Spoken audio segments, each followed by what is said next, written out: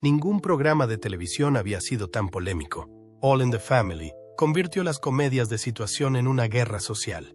Entonces llegó el episodio en el que Edith Bunker se enfrentó a lo inimaginable. La CBS estaba aterrorizada. La cadena tuvo que organizar proyecciones privadas para policías y médicos antes de su emisión. Las emisoras locales amenazaron con boicotear. La producción se detuvo por completo durante casi un mes, mientras los ejecutivos debatían si eliminarla por completo. Cuando finalmente se emitió, atrajo a 40 millones de espectadores y cambió la televisión para siempre. Aquí está toda la historia detrás de esa escena. Todo empezó con una serie británica y una tensa relación entre padre e hijo. Norman Lear dijo que tuvo la idea de All in the Family después de leer sobre una comedia británica llamada Till Death Us Do Part, hasta que la muerte nos separe. Le recordó a su propio padre, que solía gritar a su madre que se reprimiera, mientras ella le respondía llamándole el hombre blanco más vago que jamás había visto. Estas líneas se convertirían más tarde en icónicas en la historia de la televisión estadounidense. Pero en 2025 ocurrió algo inesperado. Sally Struthers, que interpretaba a Gloria en la serie, afirmó que Carol O'Connor fue quien descubrió la serie británica durante una visita al Reino Unido. Según ella, fue él mismo quien le propuso la idea a Lear, para luego quedarse fuera de los créditos. Se guardó la historia durante décadas y esperó a que Lear falleciera para revelarla. Eso cambió todo lo que la gente creía saber sobre cómo empezó el espectáculo. El camino hacia la televisión no fue fácil.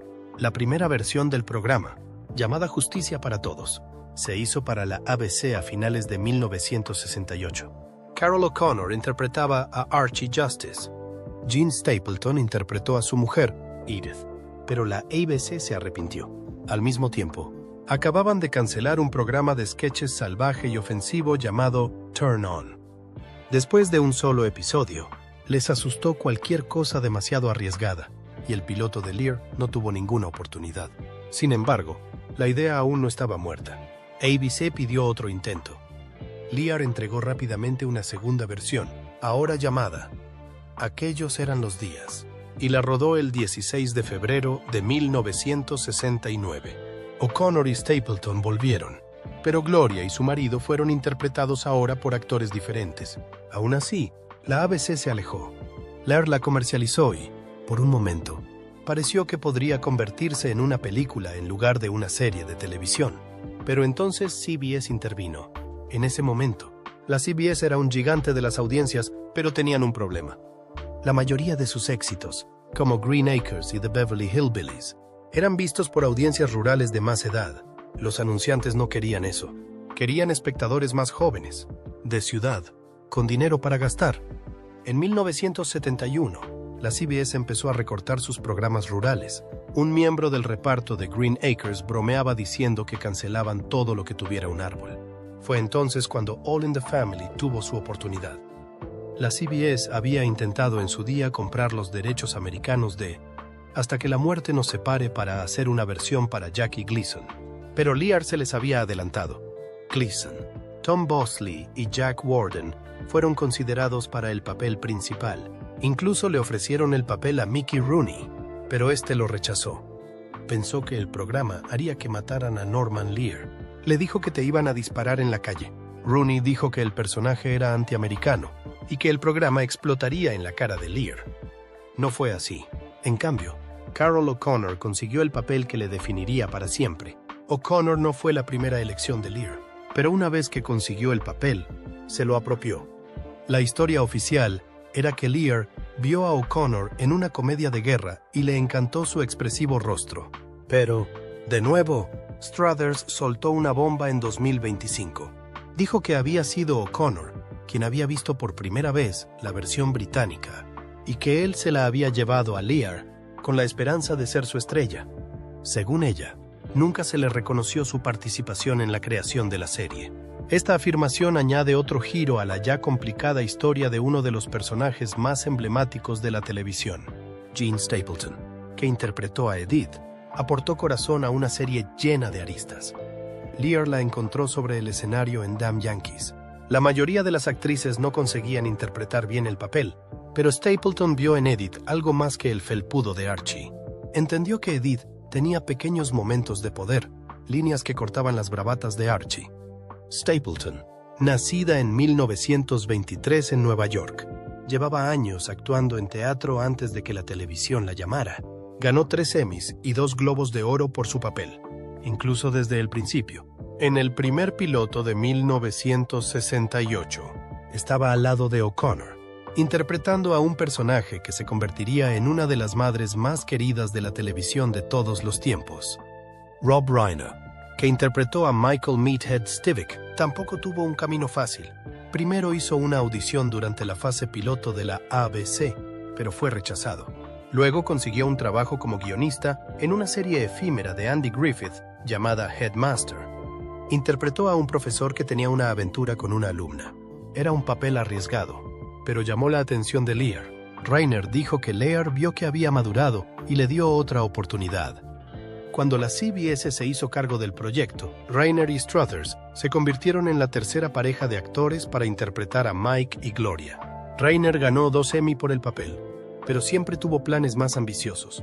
Se convirtió en director y creó películas como This is Spinal Tap, La princesa prometida y Cuando Harry encontró a Sally. Sally Struthers, que interpretaba a Gloria, tuvo sus propios problemas. Nació en Portland en 1947 y acababa de ser despedida de Tim Conway Comedy Hour antes de presentarse al casting. En un podcast de 2025, dijo que nunca le gustó Lear y que una vez se preguntó por qué la habían elegido a ella y no a Penny Marshall, que sobre el papel se parecía más a Edith. Lear le dijo que era porque ella y O'Connor tenían los ojos azules y la cara gorda. Pensó que eso haría más creíble el vínculo padre-hija. Struthers ganó 2 Emmys por su interpretación, pero en la 5ª temporada ya quería irse. Gastó $40,000 intentando romper su contrato, pero perdió. Se quedó 3 temporadas más. Antes de ella, el papel había sido interpretado por otras 2 actrices. Era la tercera y última Gloria. Cuando All in the Family se emitió por primera vez el 12 de enero de 1971, nadie esperaba que revolucionara la televisión para siempre. Por aquel entonces, las comedias de situación eran limpias, seguras y educadas.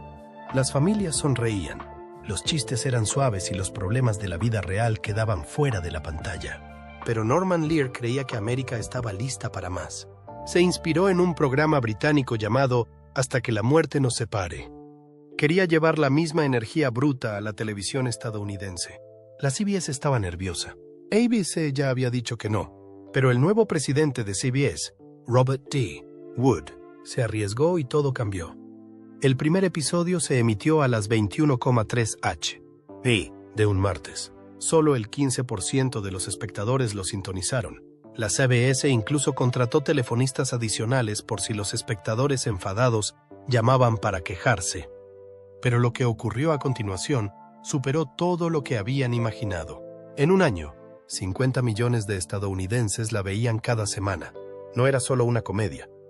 Era un espejo áspero y honesto que reflejaba las tensiones entre generaciones. Archie Bunker, ruidoso, testarudo y inamovable, discutía con su yerno liberal Mike en casi todos los temas, pero ninguno de los dos tenía siempre razón. Esa era la genialidad. El programa no daba respuestas fáciles.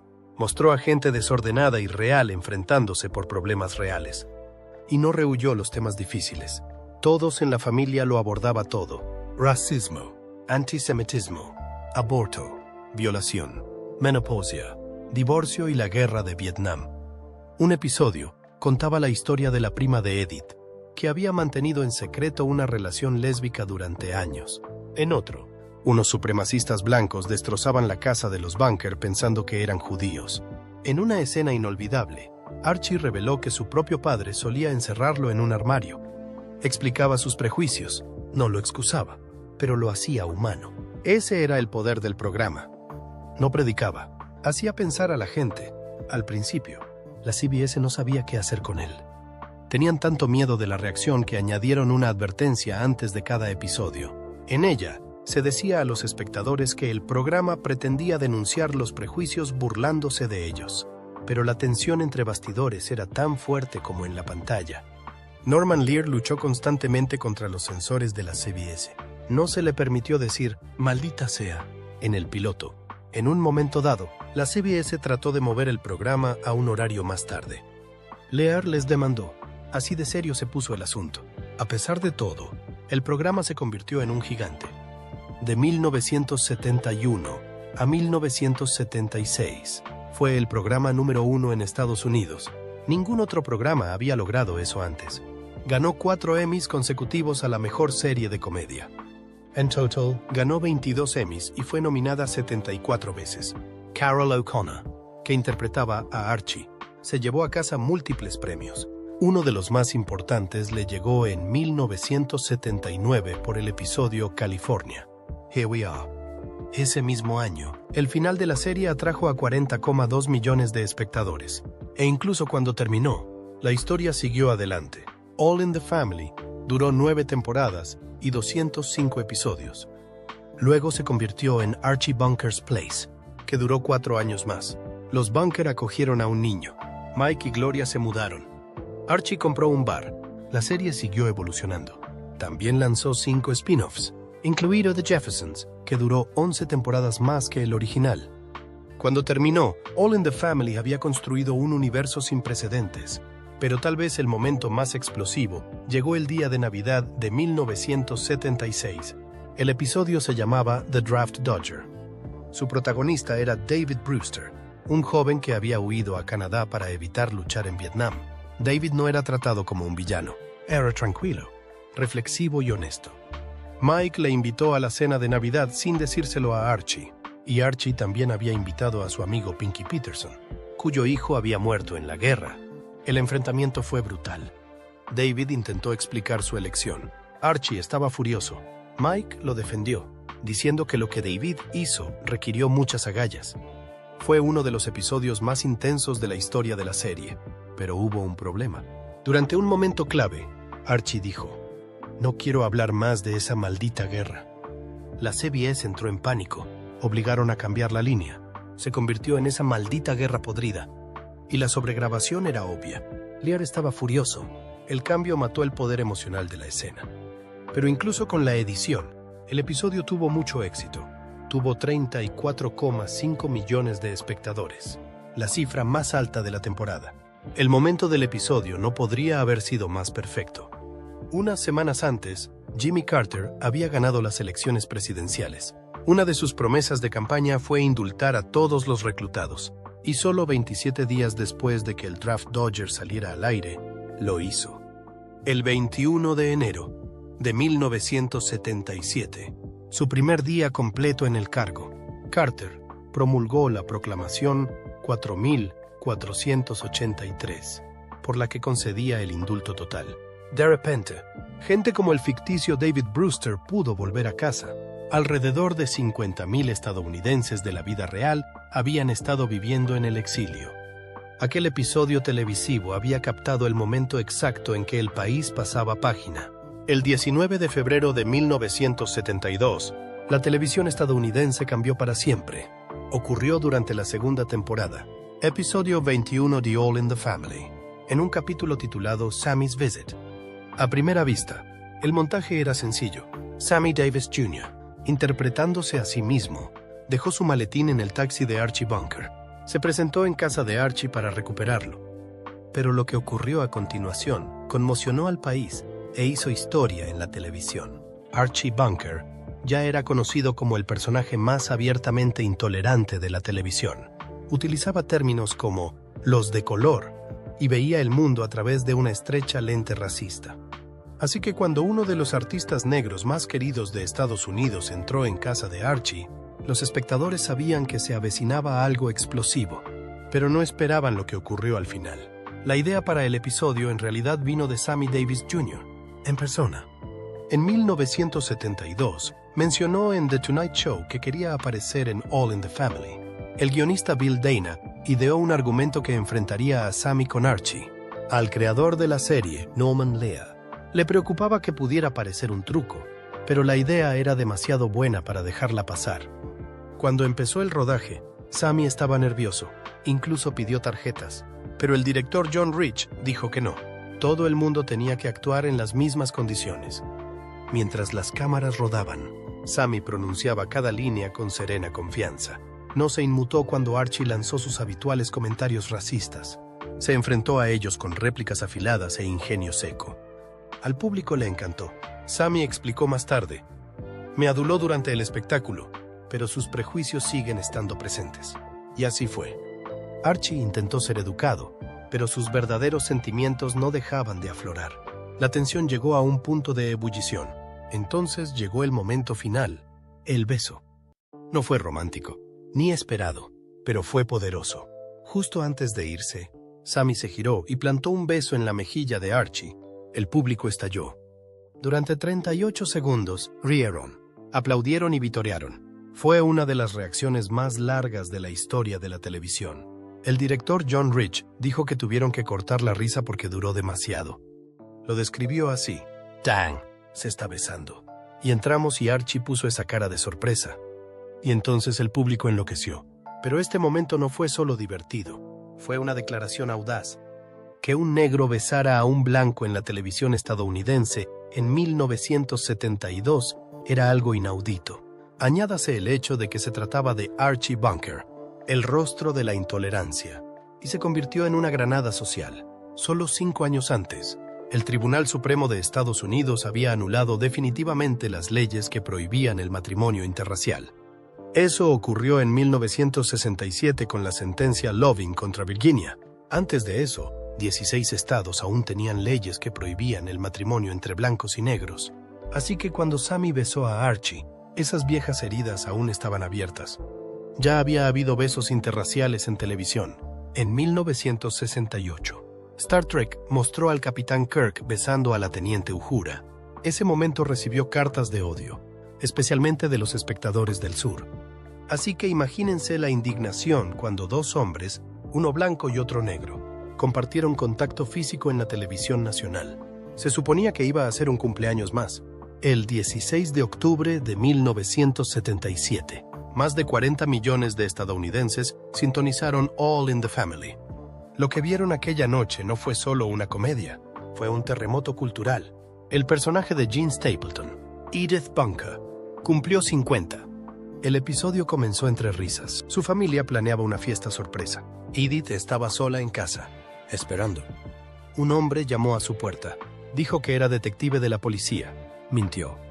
Él no estaba allí para proteger a nadie. Él era el peligro. Su nombre era Detective Lambert, pero era un depredador. Poco a poco, la tensión aumentaba. Edith intentó mantener la calma. Divagaba. Contestaba al teléfono. Intentaba cualquier cosa para retrasarle. Entonces Archie entró un momento para coger una ponchera. El hombre se escondió en el armario. Le susurró a Edith que si decía una palabra, los mataría a los dos. Sonó el temporizador del horno. Edith le dijo que la tarta de cumpleaños se estaba quemando. Él la dejó ir. Ella no solo agarró el pastel, aprovechó su única oportunidad. Le golpeó en la cara con la sartén caliente y huyó. Minutos después, en su fiesta sorpresa, se desplomó en brazos de Archie. El público estaba atónito. Las risas se habían convertido en lágrimas. Una comedia de situación se había convertido en un salvavidas. No fue una elección al azar. Norman Lear, el creador del programa, tenía una misión. Quería demostrar que la agresión sexual no era solo un delito que ocurría en callejones o solo a mujeres jóvenes.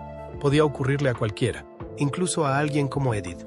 Especialmente a alguien como Edith. Lear se puso en contacto con Gayla Barbonell, directora del Centro de Tratamiento de Violaciones de Santa Mónica. Le hizo una pregunta: si pudieras hablar a 40 millones de personas sobre la violación, ¿qué te gustaría decirles? Ella no se limitó a responder. Se unió a la sala de guionistas. Se sentó con ellos, reescribió escenas, dio forma a la historia. Se aseguró de que fuera real, no una sensación. Lear incluso tomó la idea de otro programa y se la dio a Edith porque sabía que el impacto sería mayor. La historia no terminó después de la tarta. La segunda parte del episodio se emitió la semana siguiente. Mostraba a Edith luchando, llorando, escondiéndose. No quería denunciarlo. Se culpaba a sí misma. Dudaba. Pero al final tomó una decisión. Identificó al hombre. No lo hizo por venganza, sino para evitar que hiriera a alguien más. Entre bastidores, los ejecutivos de la CBS estaban nerviosos. Los anunciantes amenazaron con retirarse. Las emisoras locales en zonas conservadoras no querían emitirlo. Eran las 9 p. Family Hour. Se suponía que era un bloque de comedia, pero Lear no se echó atrás. Empujó hacia adelante. La CBS organizó proyecciones privadas para policías, médicos y terapeutas mucho antes de que se emitiera el episodio. Querían que los profesionales aprendieran cómo piensan las víctimas, cómo responden, cómo ayudar. Los periódicos se negaron a publicar el contenido real del episodio. Solo escribieron que Edith se enfrentaba a una crisis, pero el público lo sabía y siguió viéndola. Ese año, All in the Family no solo fue el programa número 1, se convirtió en el espejo de un país que evitaba una dura verdad. En el centro de esta tormenta estaba Carroll O'Connor. Interpretó a Archie Bunker, el hombre ruidoso, testarudo y de la vieja escuela con puntos de vista anticuados.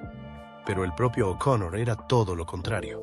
Creía en los sindicatos, creía en las personas. Y no temía pararlo todo para demostrarlo. En 1974, la CBS se enfrentó a una huelga.